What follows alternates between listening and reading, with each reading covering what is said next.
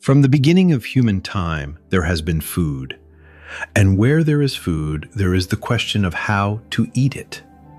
Not what to eat, not where to eat, but how, with what, with whom, and with what meaning.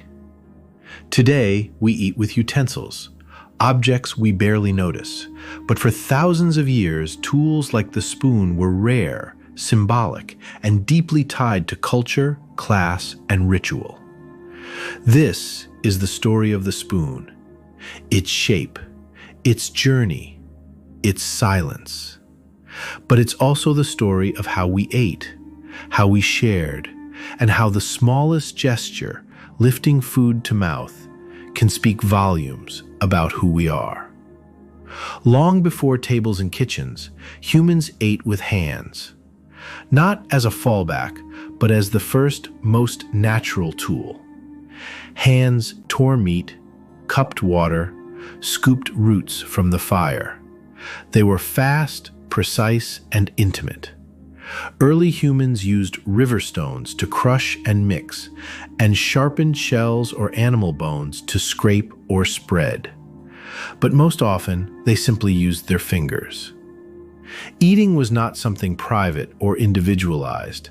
It was shared. One pot, one flame, many hands. The first true spoons were not made of metal, but nature. Shells became spoons, so did smoothed wood, clay, and hollow bones. In ancient Egypt, beautifully carved spoons were made from ivory and wood. Some were ceremonial, with long handles shaped like flowers or fish. They were not tools for daily stew, but gifts for the gods. In Mesopotamia, spoons were carved with cuneiform and buried with the dead. In ancient China, jade spoons were considered refined objects, symbols of rank and hospitality. Across continents, spoons evolved from earth and bone into bronze, iron, silver. To own one was not just to have a way to eat, it was to have a mark of status. In the West, the knife was king. In medieval Europe, eating was loud, messy, and full of bravado.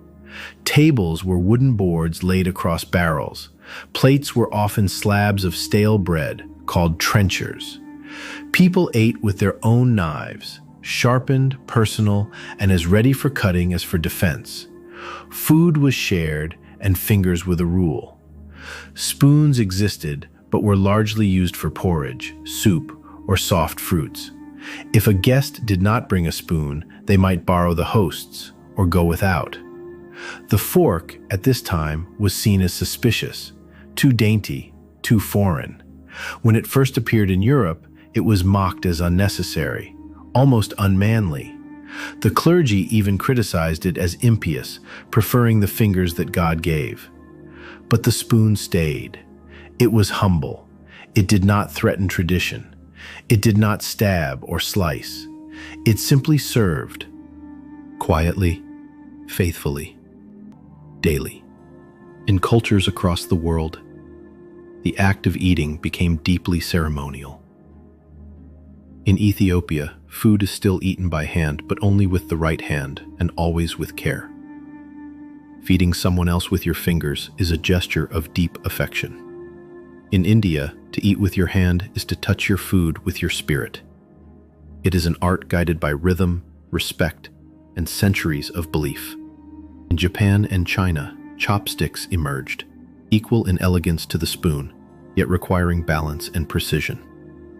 To this day, placing chopsticks into a bowl of rice upright is taboo, a gesture of mourning. Meanwhile, in medieval monasteries, spoons were sacred. Monks ate in silence. Meals were rituals. The clinking of a spoon against a bowl was the only sound in a hall of whispers. Some spoons were tied to belts. Others were passed down through generations. As Europe entered the Renaissance, the spoon became more common and eventually standard. Silver spoons became prized gifts at birth. In England, to be born with a silver spoon was to be born into wealth. By the 18th century, the full set had arrived: knife, fork, spoon. The dinner table transformed. Etiquette was codified. The placement of each utensil became part of a quiet social language. To touch the wrong spoon, especially the wrong dessert spoon, was to betray a lack of breeding. And yet, the spoon remained the most trusted, the most human. Soft in shape, round like the hand that holds it. Unlike the knife or fork, it doesn't cut or pierce. It carries, it cradles.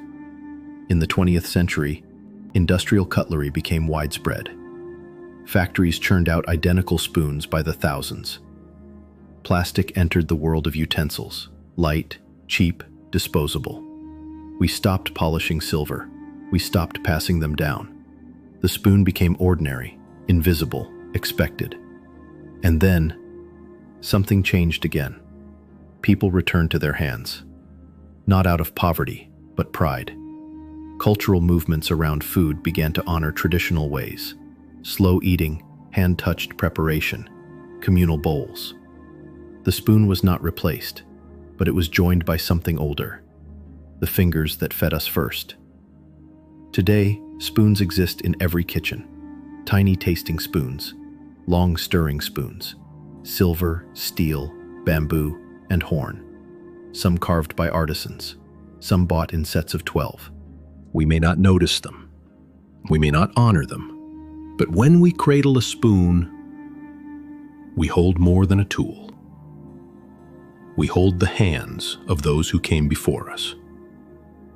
The ones who stirred soup by candlelight, who fed children by fire, who carved handles with love and passed them down like names.